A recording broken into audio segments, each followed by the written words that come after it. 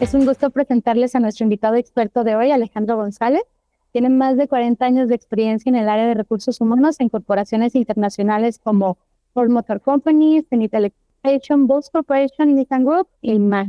Es licenciado en Administración de Empresas por la Universidad La Salle, tiene un diplomado de alta dirección de empresas en el ITES, está certificado como coach personal por Savage International, certificado en S0076 como evaluador de competencias laborales y en S0217 como instructor de cursos de capital humano. Entonces, Alejandro compartirá con ustedes su profundo conocimiento y su pasión por este campo, así que yo les invito a que aprovechen al máximo su experiencia. Bienvenida, Alejandro, nuevamente. Muy amable, Mariela. Gracias a ti, a Psicotest y a todos los que aún nos acompañan vía webinar. El día de hoy vamos a platicar una agenda muy sencilla, pero muy rápida, del entorno geopolítico, social y económico aquí en México, precisamente con esta situación globalizada que tenemos el día de hoy. Hablaremos de la parte laboral de México en el 24 y 25. Nos vamos a ir un poquito más atrás de lo que ha pasado en los últimos años también con nuestro entorno laboral. Vamos a hablar cómo tenemos que retener el talento, qué tienes que hacer tú como reclutador o como gente profesional de recursos humanos. Te hablaré de algunas herramientas para poder trabajar ahora más que nunca en esa retención del talento, y al final te voy a dar algunas recomendaciones, para que puedas ser más efectivo en tu gestión del talento humano para este nuevo año, que se presenta con unos desafíos muy, muy grandes, muy interesantes, y creo que para todos los que nos encanta la función de recursos humanos, que nos apasiona esta función, seguramente va a ser un laboratorio interesantísimo de mucho crecimiento y de muchos retos. Bien, sin más preámbulo, quiero iniciar con ustedes platicando del entorno, y me quiero ir un poquito hace como 30 años, para aquellos que tenemos todavía memoria, que lo vivimos, cuando por ahí por el 94 se empezó a gestar el famosísimo y el entonces conocido Tratado de Libre Comercio de América del Norte. Esta cercanía que teníamos con Canadá y Estados Unidos fue lo que alentó a los tres países a pensar en la posibilidad de implementar un tratado trilateral de libre comercio que permitiera intercambiar, como su nombre lo dice, el comercio entre los tres países, con ventajas competitivas para los tres. De tal manera que cuando se implementó, llegó a ser el más fuerte y el más sólido, el más importante del mundo, del orbe. Básicamente inició desde el 94, aunque se empezó a gestar, se empezó a negociar a finales de los 80, precisamente con el presidente Carlos Salinas de Gortari, y por la parte norteamericana con George W. Bush, que los dos tenían una relación muy buena, gente muy inteligente, gente muy emprendedora, y llevaron precisamente al final este gran tratado de libre comercio. Insisto, se llamaba TLCAN, Tratado Trilateral de Libre Comercio América del Norte, básicamente, ¿ok? ¿Qué pasó cuando lo implementaron? ¿Cuál era la visión muy genérica? Claro, había muchas otras cosas que tenían en mente, ¿verdad? Pero algo que benefició mucho a estas partes fue, sobre todo aquí en México, por ejemplo, que la frontera que estamos, más de 3,000 kilómetros que estamos compartiendo con los Estados Unidos, nos hace ser una frontera con mucha ventaja para ellos. Una ventaja tremenda, porque aquí tenemos mucha mano de obra.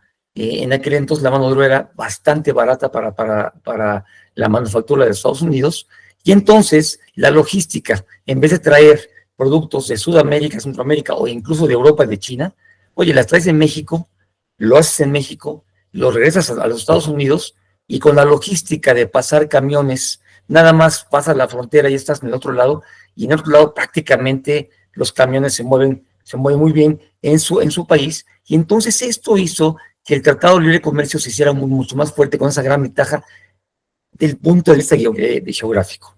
¿Qué beneficios trajo a México este tratado al inicio? Bueno, primeramente, se fortalece el programa de maquila. La maquila empezó por los 80s.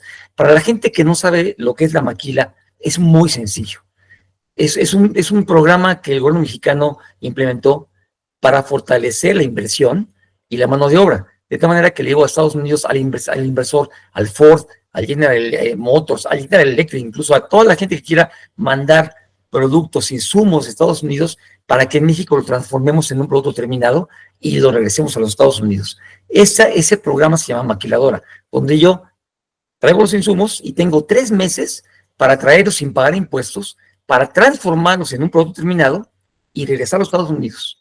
A la vuelta de 3 meses o antes, si por alguna razón me quedo con el producto y pasan los 3 meses, en automático ya nos maquila. Se convierte en una importación definitiva y hay que pagar impuestos por ello. Entonces, imagínense, toda la logística de estar cerca hacía que llegaran los camiones, se bajaran las plantas, se hiciera precisamente la transformación y se regresara a Estados Unidos. Y esto generó miles, pero miles de empleos en todo el país, sobre todo en la parte norte del país, donde empezaron precisamente a llegar mucha gente de Veracruz, de Oaxaca, de Chiapas, de Michoacán, e incluso gente de Sinaloa y Zacatecas, perdón, estados en donde tradicionalmente no hay mucho empleo, y entonces la gente se empezó a mover para allá. Hoy, por ejemplo, tú vas a Tijuana, y seguramente alguien me está viendo aquí de Tijuana, y ha de pensar, oye, yo vivo en Tijuana, pero no soy de Tijuana. Más del 50% de la gente que vive en Tijuana es gente que viene de otros estados de la República y que asentó allí sus vidas para empezar a trabajar. Otra gente del sur, viniendo al norte, aprovecharon para estar un rato en la maquiladora y ver cómo se pasaban al otro lado de ilegales, y después se regresaban y no había problema, porque al regresarse prácticamente tenían trabajo seguro. Era tanta la demanda de mano de obra que en las plantas de manufactura de Ciudad Juárez, de Reynosa, Matamoros, Piedras Negras, Mexicali, Tijuana, de repente ponían enfrente: solicitamos operadores, les pagamos 10 pesos y un bono semanal por asistencia de 50 pesos. Y entonces yo volteaba y veía esa manta, y decía, espérame, aquí ponía una manta que decía, aquí te pagamos 11 pesos y el bono por asistencia de 100 pesos y aparte un bono por contabilidad de 100 pesos. Y el otro me contestaba la semana siguiente, espérame, aquí te pagamos 13 más un bono de 200 pesos, más la comida gratis. Bueno, era tremendo. Llegó un momento en que ya las empresas de la frontera se peleaban por la gente, pero en un descaro tremendo, ¿no? La misma gente lo que hacía era prácticamente sentarse a esperar a ver quién y a qué horas le ofertaban más, para entonces irme para allá, renuncio, me voy para acá, vuelvo a renunciar y me voy enfrente. Eso generó, hasta que llegaron las asociaciones de maquiladoras de cada uno de los estados de la República a empezar a controlar ese tipo de cosas, ¿verdad? Con eso, lógicamente, también se redujeron mucho, los conflictos laborales. A finales de los 80 todavía teníamos conflictos de negociación colectiva con los sindicatos, muchas huelgas. La huelga era prácticamente una figura que se vivía en muchas empresas. Se le dio certeza a las inversiones norteamericanas y canadienses para decirles, tenemos un estado donde no hay conflictos laborales, hay buenas negociaciones colectivas de trabajo, el sindicato o los sindicatos tienen excelentes relaciones con las empresas, el gobierno apoya mucho a una buena conciliación. Entonces, todo eso se fortaleció y México se vino para arriba a finales del siglo pasado, básicamente, ¿verdad? Crece la economía, lógicamente se fortalece el tipo de cambio y se abren las fronteras a la importación y exportación. En aquel entonces tú ibas a un supermercado y no veías ningún producto extranjero. Entonces tenías que comprar la calidad del producto mexicano en comida o en accesorios, lo que fuera. Y la verdad, desafortunadamente, la calidad no era nada halagüeña, no era nada buena. Y había mucha gente que se dedicaba a lo que le llamaban, vaga la expresión, la fayuca. Se iban a los Estados Unidos y traían cosas de allá, no sé cómo le hacían en la frontera, pero se dedicaban y vivían de eso, y vivían muy bien. Si un autoestéreo les costaba 1,000 pesos, aquí lo vendían en 5,000 pesos y la gente los pagaba, porque era más barato pagar 5,000 pesos por un autoestéreo que pensar en irme a Estados Unidos, pagar el avión, pagar alimentos y demás, y comprar un autoestéreo y traer para acá con él. Todo me iba a salir en 20,000 pesos. Entonces era muy difícil encontrar aquí productos de calidad, incluso en cuanto a comida. Hoy vas a un supermercado, vas a un Costco, vas a un Champs, encuentras de todo, y de productos de todo el mundo. Entonces, ese tratado generó un beneficio tremendo para México. Perdón. Se mejoran lógicamente los servicios y la calidad de los productos inmejorables. Se atraen muchas inversiones de todo el mundo. Hoy tú puedes ver en tu ciudad, en tu estado, inversiones de China, de Corea, de Japón, de Francia, de Italia, de España, de Sudamérica, incluso de Brasil, por ejemplo, de Dinamarca, de Noruega. En todos lados ves gente. Ya somos básicamente un país muy diverso. Hablas, te vas tú a una ciudad que haya muchas inversiones, y oyes hablar el idioma que antes lo oías únicamente en Nueva York o en París. Hoy aquí ya oyes hablar de todo el mundo, todos los idiomas y gente de todos los países, por ese atractivo que tiene México. Se consolida México como un país que ofrece entonces una plataforma de exportación muy grande y además se genera una alta productividad. La mano de obra mexicana se subió de calidad. Llegaban las inversiones, se mandaba gente a Japón, a Estados Unidos, a Canadá, a Europa a entrenar, se traía la metodología y la técnica de allá. Entonces México empezó a crecer y empezó a absorber mucho esa información, esta tecnología. Y olvídate, México se convirtió, como les decía, en una plataforma tremenda de exportación para todos los países. Y México ha sido, y desde entonces, muy atractivo para las inversiones. Ahora bien, 20 años después, casi 25 años después, nos estamos sentando hoy aquí tratando de ver dónde estamos y qué es lo que está pasando con este entorno. Bueno, por ahí por el 2016, cuando el señor Trump estaba básicamente de vista, viendo las campañas de su carrera para presidente, en uno de los mensajes dijo, oye, México, porque por cierto en el 2016 ganamos un Oscar, y es cuando empezamos a ganar Oscars los mexicanos, México tuvo una gran noche en los Oscars. ¿Y cómo no? Si están acostumbrados a arrebatarnos lo nuestro más que ninguna otra nación. ¿A qué se refería? A que toda la mano de obra y los trabajos que la gente ya hacía, se los trajeron a México y ahora somos los mexicanos los que tenemos la mano de obra que algún día estaba en los Estados Unidos. Y no exactamente es eso, pero bueno, fue un argumento lógico que usó con su campaña bajo la condición que era para todos evidente, ¿no? También su enfoque fue muy directo en su campaña, de decir, el Tratado de Libre Comercio y México, pues son una amenaza para nosotros, para nuestra seguridad y para la economía, ¿no? Y nuestro déficit que teníamos internamente en los Estados Unidos, se lo debemos a México. Desde entonces ya pintaba mucho esa aversión hacia nuestro país, y obviamente ya cuando llegó a ser presidente, vimos unos efectos de esa política que tenía. Primero, por ejemplo, se negocia el TEMEC, o se renegocia, con algunas condiciones que vamos a ver más adelante, que sí nos afectaron en algún grado. Y, por ejemplo, General Motors en su momento mueve la producción de Chevrolet, que estaba muy fuerte aquí en México, se la lleva para allá por las amenazas del nuevo gobierno, para General Motors, aranceles, impuestos y demás. Y Ford, que en aquel entonces ya estaba prácticamente con un predio en San Luis Potosí comprado, iba a generar más de 2.600 empleos, con una inversión de más de $1.600 millones. De repente, es más, ya había gente que había sido entrenada, ya ha sido seleccionada y todo, estaba mucha gente moviéndose para San Luis Potosí, víctimas del reclutamiento de los headhunters y la misma planta, se quedaron a la mitad y dejaron todo. Force que se fue y nada más dijo, mañana me voy, y se fue, precisamente por ese entorno de la condición del nuevo gobierno de Estados Unidos, ¿verdad? Ahora, ¿qué pasa en el entorno actual con todo esto que les acabo de comentar como un preámbulo?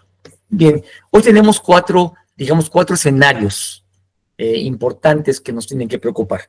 El primero es el crecimiento económico de China, incluso el crecimiento a nivel en el espacio sideral muy fuerte, y China está hoy incursionando muy fuerte en Latinoamérica. ¿Qué pasa, por ejemplo, con la automotriz? Ya todos lo vimos, los MG, los BYD, por ejemplo, carros que hace un año no teníamos, hoy tenemos ya tapizado nuestro mercado de automotriz, muchos carros chinos, carros eléctricos también chinos, y por ejemplo aquí en León, yo radico aquí en León, la industria zapatera se vio muy afectada, pero bastante afectada.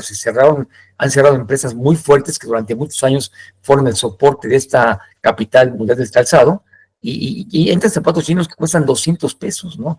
Mientras un zapato normal de cuero o de buena piel, te vienen costando a lo mejor $800. Te pueden costar el 20 o el 10 o el 15% de lo que son zapatos de calidad, pero lo compras y al mes y medio pues ya lo tiras, ya no sirve para nada. Pero la gente dice, me ahorré un dinero. Pues no es cierto, no lo ahorras, porque tienes que comprar 4 veces lo mismo en un año, y el otro zapato lo cambias hasta los 5 años, ¿no? Pero bueno, es la mentalidad de mucha gente. Y China empezó a cocinar muy fuertemente en toda Latinoamérica, y esto le está haciendo ruido a los Estados Unidos, porque como dicen, estamos como que en el patio trasero, y China pues se quiere meter, y ustedes saben que China tiene como su principal objetivo ser la potencia número 1, quitarle ese liderazgo a los Estados Unidos, y México está muy cerca de Estados Unidos, y México está con China también negociando comercio. Entonces imagínate cómo hay mucha presión Hoy volteas tú a México y hay muchísimas plantas chinas trabajando aquí en México y bueno, esa es una condición sociolaboral interesante que vamos a ver más adelante.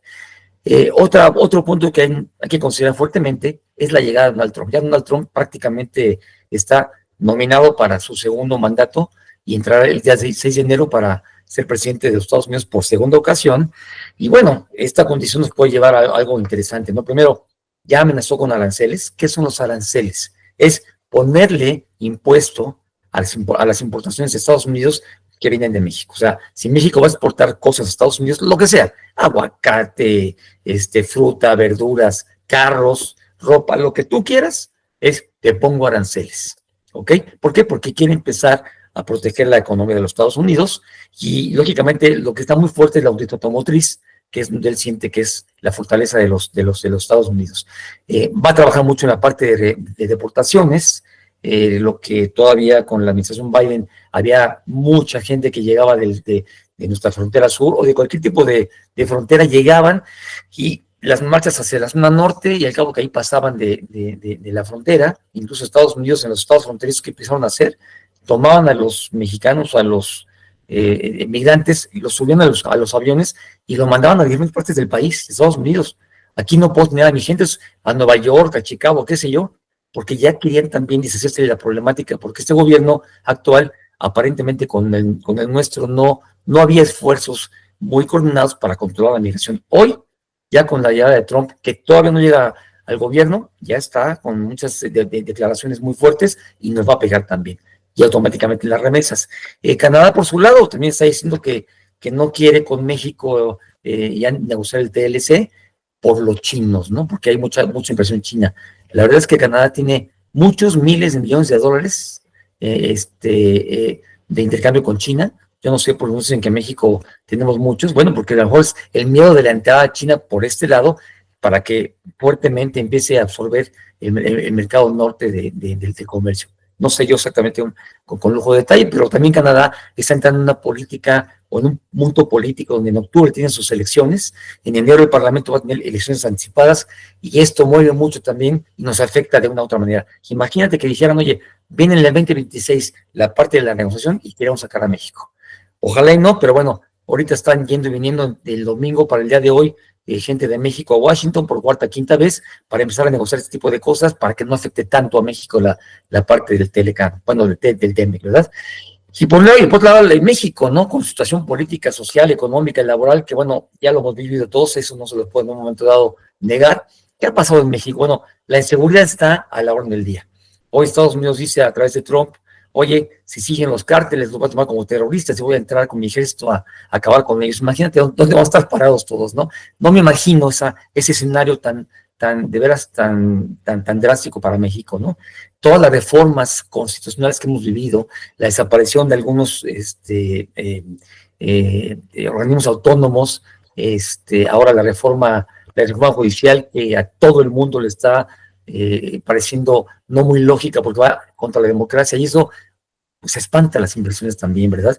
Las finanzas públicas con toda la ayuda social en 16 años, regalando dinero y bueno, apoyando a las clases más desprotegidas y a la gente grande, pero es un dinero que no implica inversión, es un dinero que se va a un fondo perdido y no hay ningún dinero que aguante en ningún país del mundo y poco a poco se va a acabar. Entonces las finanzas no están tan buenas. Hoy estaba viendo la semana pasada que los egresos de México para el año 2025 van a ser mayores que los ingresos, ¿no? Y la diferencia se van a financiar con bonos a largo plazo. Entonces dices, oye, ¿dónde estamos parados aquí? Bueno, y la ley del trabajo que se ha estado modificando, que le ha pegado mucho a las empresas, lo vamos a ver más adelante. Entonces, todos esos entornos, quieras que no, van a repercutir en el 2025, tenemos que estar muy, pero muy fijos y muy, muy atentos qué es lo que va a pasar en cualquiera y cómo te pega a ti en la empresa y a ti para la gente, ¿no? Para tu gestión del talento. Bueno, ¿qué pasó en los últimos 10 años? La ley del trabajo desde el 71 no se modificaba. Fíjate cuánto tiempo, 30 y tantos años sin modificarse, y sin embargo entró la maquiladora y entró el TLC, hubo inversiones tremendas, hubo parte de los sindicatos que también cambiaron, y la ley del trabajo nunca se actualizó. Bueno, se actualiza y entre las principales modificaciones fue que el outsourcing algún día apareció y no duró ni 5 años y lo desaparece, ¿no? O sea, que era una figura muy buena, que la verdad yo le doy parte del gobierno porque los patrones abusaron mucho de esa figura para evadir impuestos, para evadir pagos de utilidades, para bajar costos de la operación.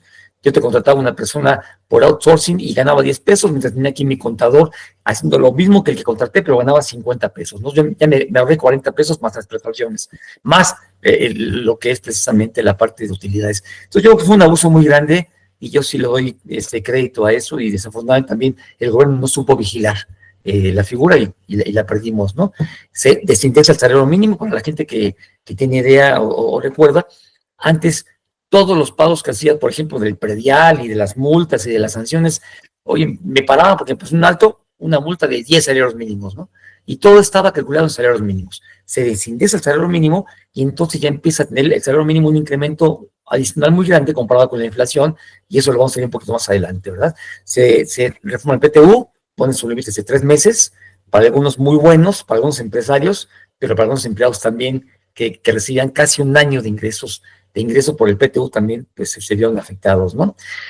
Viene la libertad sindical, y en el 2023-22 empezamos a ver la parte de la legitimación de los contratos, la desaparición de los contratos de protección, que es excelentemente bueno para las empresas y sobre todo para los trabajadores, ¿no? Porque con un contrato de protección, la compañía o el patrón seguía abusando de los trabajadores y no era justo, ¿no?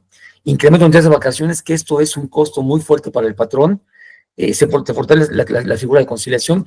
Antes había juntas de conciliación y arbitraje, hoy no se llaman juntas de conciliación, son centros laborales de conciliación, pero se fortalece la figura de conciliación para evitar que un trabajador también demande y se vaya la demanda a 3, 4 años con los abogados que eran así como que muy, muy listos, y al cabo que en 5 años te cobro salarios caídos y tú me pagas el equivalente al 30% de 5 años, y yo, abogado, me vuelvo rico prácticamente con estar difiriendo las audiencias, ¿no? Entonces, hay también una muy buena idea de la parte del gobierno, y se incrementa el porcentaje de seguros de retiro para las pensiones, que es todo carga para los patrones. Entonces, imagínate, entre la parte de incremento de días de vacaciones y aparte el incremento del porcentaje del seguro de retiro para las pensiones, hoy, la verdad, los patrones la están viendo bastante dura, ¿no? Pero bueno, hay algunas iniciativas pendientes que también están por verse. La ley Silla, que todos ya la conocemos, que seguramente se va en un momento dado a llevar a cabo pronto, para que la gente también tome sus descansos y literalmente no le pongas una silla para que descanse, porque hay rutinas de 8 horas y estar parado, bueno, nadie las aguanta. Si las aguantas, a un precio muy alto físicamente hablando, ¿no? Los permisos por paternidad de 5 o 20 días, que se me hacen muy lógicos, pero eso es un costo para el patrón, es un costo muy fuerte para el patrón, es pagar 20 días sin productividad, ¿no? El aguinaldo de 15 a 30 días automático, aparte del pago en sí, hay que estar incrementando nuevamente la parte de integración del salario del Seguro Social, que ya lo hiciste con el incremento de vacaciones. Entonces, es un trancazo fuerte, y además al Seguro Social ya estás pagando un porcentaje adicional cada año para el seguro de pensiones. Entonces, hoy la carga patronal está siendo muy fuerte, y si por otro lado estamos viendo que a lo mejor las empresas no quieren llegar a México, se quieren ir, la verdad es un entorno muy, muy difícil, muy desafiante, pero muy preocupante a la vez, ¿no? Bueno, la jornada que se quiere reducir también, otra cosa interesante. Digo, cuando empezó el Telecán, México se caracterizaba por trabajar 48 horas y hasta la fecha 48 horas a la semana. Es más, México no trabaja como promedio 48 horas a la semana. Los mexicanos trabajamos casi 60 horas a la semana. Está atractivísimo venir a trabajar aquí, porque el mexicano es muy comprometido, muy trabajador, es muy entregado. Claro, te pagan tiempo extra y demás, pero de todos modos es muy pesado. Y ya están viendo por la parte del descanso laboral también, empezar a reducirlo, y esa ha sido una regla muy fuerte, porque también los patrones dicen, espérame, mi productividad se va para abajo. Entonces tienes que trabajar en mejorar la mano de obra en términos de capacitación técnica para poder hacer más con menos tiempo. Entonces, esta discusión con la nueva presidenta se está llevando a cabo paulatinamente. No creo que entre para diciembre, a lo mejor para abril, que llegue la nueva legislatura, pudiera empezar a platicarse para que a lo mejor entraran paulatinamente para finales de septiembre del año que entra. Entonces, esto todavía queda pendiente por venir, ¿verdad? La reducción de igualdad en salarios entre géneros, hombres y mujeres, las cuotas de contratación de adultos mayores y de la gente discapacitada, que haya al menos 5% en cada una de las empresas de estos dos rubros, y buzos, más de 88 nuevas enfermedades de trabajo que se van a generar en el Seguro Social, como gastritis, la falta de sueño, etcétera, etcétera, el estrés. Imagínate que la gente diga, tengo estrés, no voy a trabajar, voy al Seguro Social, tipificada como una enfermedad laboral y te doy una semana de capacidad. Aparte del pago de las incapacidades, el chico o la chica en su casa descansando porque tenía estrés en la chamba, me vieron feo, me hablaron muy feo, me exigieron mi trabajo. Pues imagínate, 88 nuevas enfermedades. Te va a generar un absentismo tremendo. Hoy tienes que tener lupa para contratar y para el trato interno con la gente, ¿no? Pero en fin, caray, me estoy colgando un poco el tiempo, perdón. Miren, el mundo actual llega Trump a la presidencia, va a haber proteccionismo, como decíamos, seguramente, las deportaciones muy fuertes, y cuando vienen las deportaciones, las remesas van a bajar. Hoy, las tres principales ingresos de México son turismo, exportación automotriz y remesas. Las tres principales. El petróleo es pura deuda. Bueno, imagínate que bajen las remesas. El turismo va a bajar seguramente porque hay gente que tiene miedo a venir a México con tanta seguridad. Y si me ponen aranceles a la industria automotriz, ¿dónde va a estar México? ¿Con qué ingresos? Si ya de por sí estoy entrando con un déficit en el 2025, yo creo que la llegada de Trump sí nos puede afectar y muchísimo, los aranceles que quieren poner, y lógicamente desincentiva la inversión de los americanos para que vengan a México por la inseguridad, y además porque si vas a México te voy a cobrar aranceles, tú dirás, ¿no? Las reformas constitucionales, por ejemplo, ahora la elección de jueces y magistrados con la reforma judicial le está pegando mucho a México.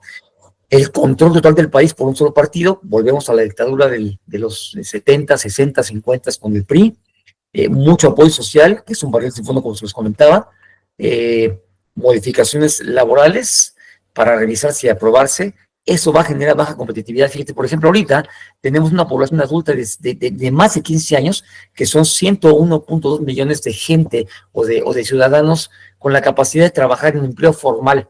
Pues hoy el empleo formal nada más son 42 millones de personas. Ellos son, con sus patrones, los que generan el ingreso para el gobierno nada más. Y incluso para el Seguro Social, en el mejor de los casos, ¿no?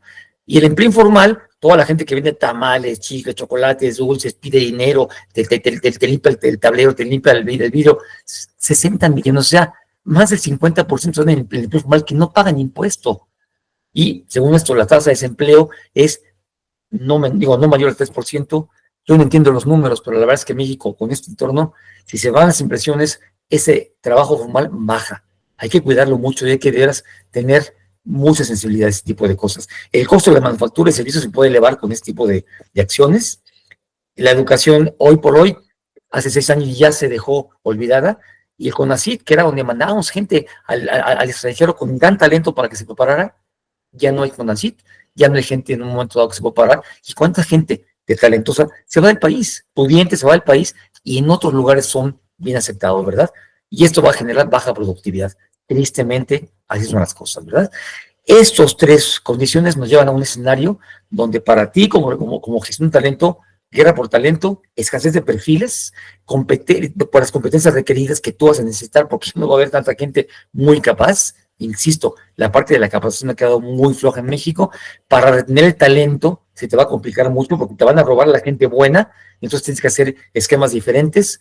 La cultura de la inclusión, incluso porque la ley te lo pide también, hay que fortalecer la marca empleadora para que la gente tenga una experiencia como empleado muy buena, y que afuera el employee brand, o sea, la marca empleadora, sea atractiva para toda la gente. Entonces tienes que trabajar internamente con un mejor ambiente de trabajo, lo vamos a ver más adelante. Trabajar por la experiencia positiva del empleado, mejorar el clima laboral y ofrecer el balance de vida de trabajo. Esto, ¿qué queremos lograr con esto? Bueno, empleados satisfechos, satisfacción traducida en productividad y bajo costo, carreras de personal a largo plazo que los pueda retener, pero que se quieran quedar ellos, y una retención de talento clave para poder tenerlos aquí. Ahora, si hoy por hoy me metí nuevamente a Gallup, que es una empresa que mide la satisfacción de los empleados a nivel mundial, que también aquí en Latinoamérica, en México, mide esto, y el último reporte de Gallup me dice que ese burnout que vive la gente, o la desconexión de su trabajo o del perfil personal con el trabajo, se debe prácticamente a trato injusto, una carga de trabajo inmanejable, una comunicación muy poco clara de los gerentes hacia la parte fuerte, falta de apoyo gerencial, y por último, la presión de tiempo irrazonable para completar la tarea. Esto lo hemos visto en México, claro, y esto es una cosa de los que dice Gallup, que la gente entra al burnout. O así que trabajo por un horario, pero no por una responsabilidad.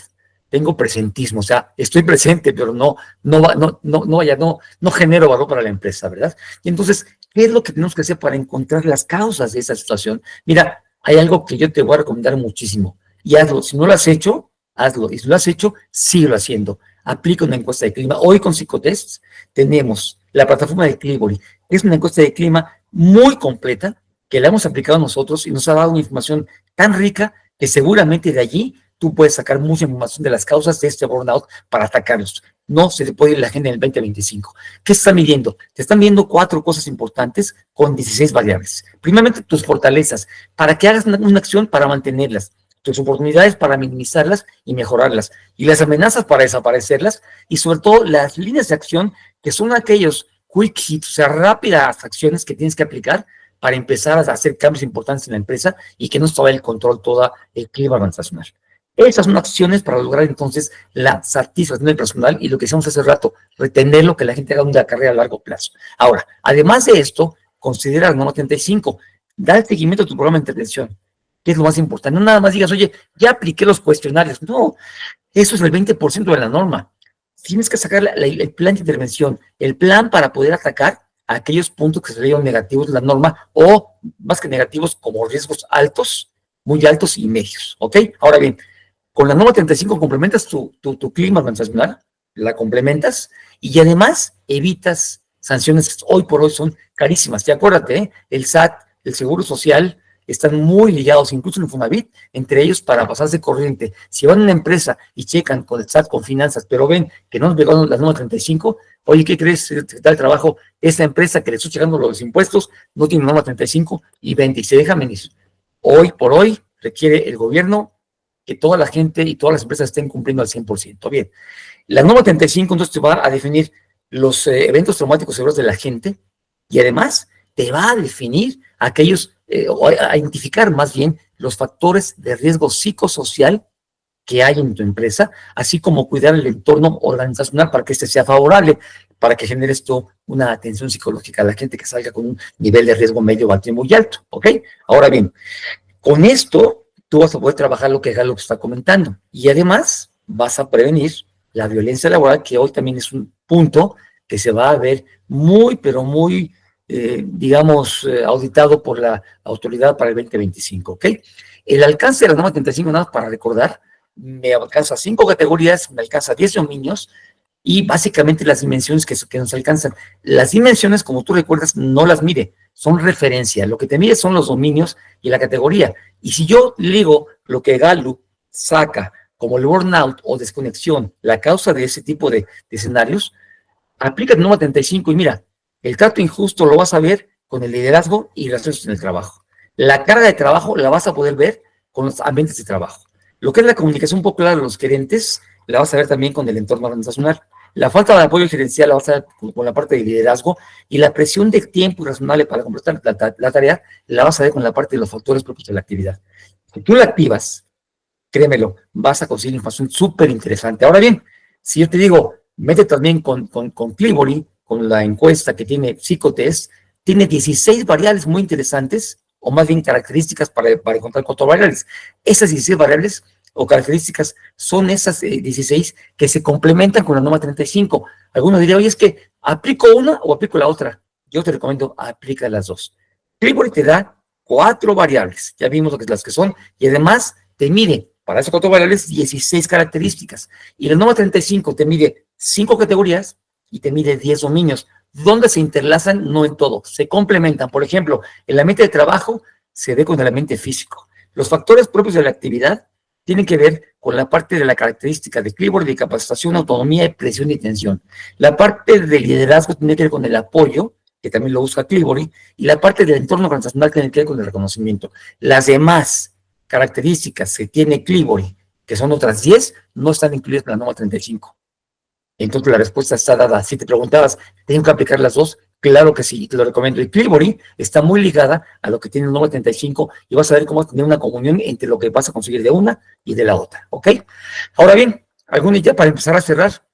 Yo te recomendaría 8 puntos importantes para este 2025. Primero, tú como reclutadora, apóyate mucho en la inteligencia artificial para reclutar y hacer la primera selección de candidatos. Es decir, usa palabras claves, expresiones claves para hacer un pre-screening de todos los candidatos que te llegan a través de las redes sociales o de tu sistema de reclutamiento.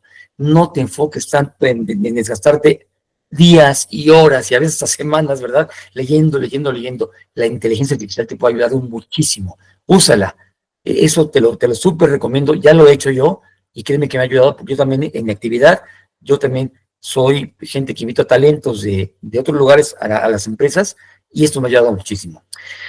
Haz una planificación del personal muy fuerte. Eso es algo, siéntate, inviértele 2 días, 3 días para ver qué competencias tu negocio para el año que entra va a requerir con el entorno que te acabo de comentar, ¿ok?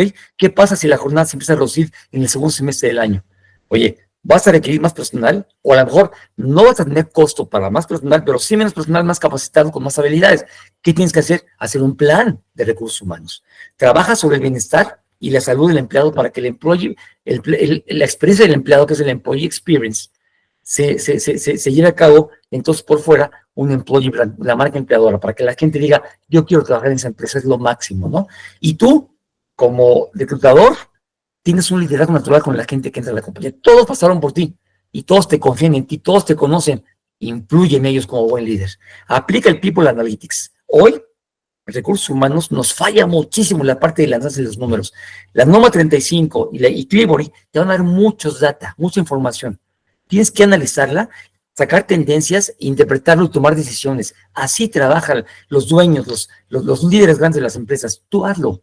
Y eso no es difícil, es cuestión de que te empieces a acostumbrar. No te dediques nada más a que todos nos aplaudimos, ya renunció un muchacho, ya lo voy a contratar, ya cumplí mi puesto, ya cumplí mi indicador de no tener vacantes. No, señor, no te vayas tan corto, no te quedes en los 80s. Capacita a la gente en habilidades técnicas y desarrolla las habilidades blandas que hoy están con la parte, mira, la parte del coeficiente intelectual y emocional. El coeficiente emocional tiene el 80% de implicación de implicación en el éxito del trabajo de un agente, en el éxito personal de un agente. Y las habilidades blandas van muy de la mano con el coeficiente intelectual de la gente. Trabaja en ellos. Ahí es donde tienes que desarrollar el talento de la organización. Cumple legalmente con las normas oficiales mexicanas y con toda la legislación variable vigente. Por último, trabaja muy de cerca con tu gente. Eso, y hoy te lo voy a hacer más adelante, como un HRVP real, y enfoca tu estrategia en la compensación de todo el personal. ¿Por qué? 2 cosas. Primero, al momento que te digo, trabaja con la gente. Hoy, el TEMEC, que es el negociado TLCAN, que es Tratado México, Estados Unidos y Canadá, tiene un mecanismo laboral de respuesta rápida que metieron ahora, que fue precisamente la renegociación. ¿Y qué es este mecanismo? Este mecanismo permite a los Estados Unidos, o sea, nuestro vecino, y lo va a leer, tomar medidas de aplicación contra fábricas particulares si estas no cumplen con las leyes nacionales de libertad de asociación y negociación colectiva. Aquí no dice que las empresas automotrices, no, aquí te dice empresas nacionales. Y es un punto que hay que discutirlo en el TEMEC ahora en el 2026, porque ahora recientemente en una minera, que no tiene nada que ver con la exportación, Estados Unidos se quiso meter también y están en el problema de que se quieren meter también para aplicar el mecanismo laboral de respuesta rápida. El TEMEC tiene 2 artículos o 3 artículos que tienen que ver contigo en el trabajo. El anexo 23 o el capítulo 23, que dispone del establecimiento de un consejo laboral que está integrado por representantes gubernamentales de los 3 países, ya sea del Ministerio de Comercio y del Trabajo de los 3 países, para poder manejar estas quejas que se presenten de las empresas. Y los anexos o capítulos 31A y 31B establecen mecanismos mediante los cuales cualquier conflicto de orden sindical, de negociación colectiva o de derechos colectivos de trabajo también puedan ser ventilados por este entorno, por este esquema, por esa figura. Y no solamente los sindicatos, la misma gente puede levantar la mano y puede irse a quejar. 2 trabajadores físicamente pueden quejarse y se arma toda la de Troya en tu empresa. Por eso hoy, más que nunca, tienes que estar cerca de la gente. Olvídate de estar sentado en el escritorio haciendo reportes, llevando indicadores. Olvídate, no es tu rol. ¿Quieres ser un HRVP? ¿Quieres ser un departamento de recursos humanos que realmente tenga un valor agregado? Vete al piso, vete con el director, vete con la gente, trabaja allá abajo con todos ellos, siente lo que pasa en el negocio, pero allá abajo, no en el escritorio. Allí no sirve para nada. Y por último, casos que han pasado con esto, vimos lo de General Motors Silao, algunos casos en Reynosa, Matamoros, en Piedras Negras, en Coahuila, y recientemente en Ciudad Juárez también, y es el caso número 31, el de Juárez, que se han presentado, que han manejado este tipo de cosas. Y por último, ya para cerrar, enfoca tu estrategia en la compensación de todo el personal. Hoy la parte de compensación es sumamente importante, no lo puedes perder. ¿Qué pasa con la compensación? Mira, por ejemplo, el salario mínimo. El salario mínimo tiene incrementos anuales que han estado ligados antes de los 80, decían cuál es el poder adquisitivo de la gente, en base a eso daban el incremento. A partir de los 80 fue precisamente contra la inflación, y de los, ¿qué será? 2018 para acá, el costo de la canasta básica.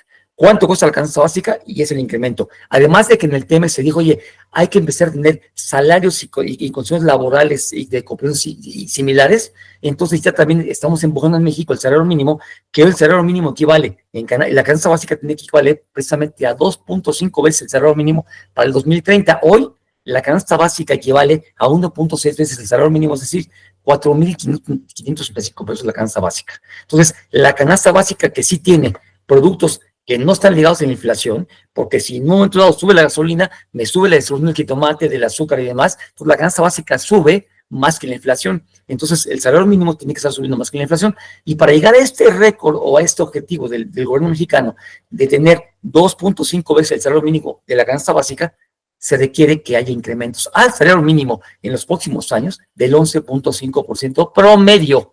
Entonces, imagínate, ¿tú cuánto le has incrementado a tu gente? La inflación. Entonces, para el 2025 se estima que tengamos un salario mínimo de 276 pesos y en la fronteriza norte de 416 pesos más o menos. O sea, empieza a hacer cuentas ya. Ahora bien, el escenario del 2025 con este punto es el crecimiento de los sueldos forzados para el personal operativo, supervisores administrativos. ¿Qué quiere decir con esto? Y perdón que hable rápido, pero el tiempo lo tengo encima. Ya vas a tener que incrementar sueldos porque el mínimo le va a llegar a los asistentes, a los líderes, a los supervisores. Entonces tienes que meterle un salario o un incremento para tener la diferencia entre el mínimo y lo que ganaban antes ellos, que era diferenciado. Entonces ahorita sí te recomiendo que empieces a trabajar con salarios diferenciados, pero por desempeño. No nada más, toda la gente le vamos a dar 5% de incremento porque es la inflación. Si lo haces eso, mucha gente se va a quedar rezagada y tú vas a empezar a perder talento. Empieza a enfocar ahora sí que tu trabajo de compensaciones a la gente por su desempeño, ¿verdad? Va a haber empresas con bajos sueldos que van a perder talento, o empresas que están a lo mejor en el tercer cuartil del mercado que se van a mantener y van a ser muy agresivas, mucho más agresivas que tú, y tú puedes perder talento. Entonces, cuida tu calidad interna, conoce cómo está el mercado en sus prácticas de compensación, alinea competencias al plan estratégico del negocio. O sea, competencias, compensación, ¿a dónde voy con mi negocio? Y eso ya eres un HRBP. No puede ser tú la compensación solita, tiene que ser con el negocio, ¿no? Y estar atentos al impacto de las reformas laborales y de todo lo que pasa en la parte de Estados Unidos, China y demás, y diseña incrementos, como te comentaba hace un momento, de sueldos diferenciados. No apliques únicamente la inflación. 8% para todos parejo. Desmotivas y además pierdes el talento clave de la nación.